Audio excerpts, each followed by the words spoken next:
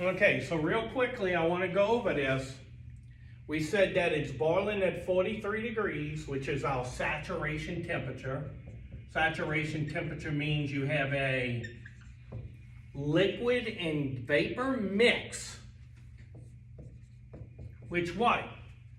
Corresponds to your PT chart. So if I took a PT chart and looked up the refrigerant temperature, I would get the pressure that's going on while it's a saturated mix. Saturated mix means the line is full of liquid and gas. It's a mix. If it's saturated liquid, it's only liquid. If it's saturated vapor, it's only vapor. But a saturated mix is both. So I said here that we went up 10 degrees in superheat. From 43 degrees saturated temperature, okay? That was the last time it was boiling. The boiling temperature is 43 degrees. That's your saturated mix temperature. And then when it became a gas, it went up to 53 degrees. What? Okay? So what if I tell you that this suction line is 60 degrees?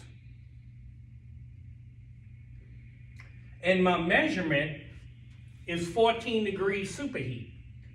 I got 14 degrees superheat. What is my boiling temperature of my saturated mix? 46 degrees. So if I know my superheat and my suction line temperature, I know what my boiling temperature is. And I can know if the temperature is boiling right. It's the same way if I want to know what my condensing temperature is. If I know my liquid line is 112 degrees and I did my calculation with my pressure and I get 8 degrees subcooling, I have 120 degree condensing temperature or saturation temperature. You're like, well, what's superheat and subcooling? 2 weeks ago, you had a whole course and a full lecture video on charging. So you might want to go back and read and watch that video again real quick.